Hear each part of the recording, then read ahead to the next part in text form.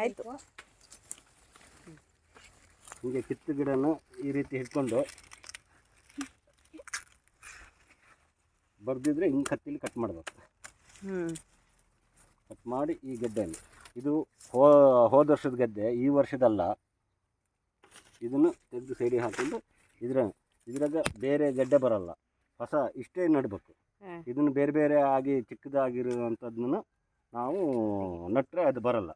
ಈಗೊಂದು ತಾಯಿಯ ಗಿಡ ಇರ್ತದಲ್ಲ, ಅದು ಮೈನ್ ಈ ನೆಲ್ಲೆಹಣ್ಣಿಗೆ. ಸಪ್ರೇಟ್ ಮಾಡಬಾರ್ದು. ಸಪ್ರೇಟ್ ಮಾಡಬಾರ್ದು. ಮತ್ತು ಗೆಡ್ಡೆ, ಈ ನೆಲ್ಲೆಹಣ್ಣಿಗೆ ಯಾವುದಕ್ಕಿಂತ ಮೊದಲು ಗೆಡ್ಡೆ ಮುಖ್ಯ. ಗೆಡ್ಡೆ ಮುಖ್ಯ.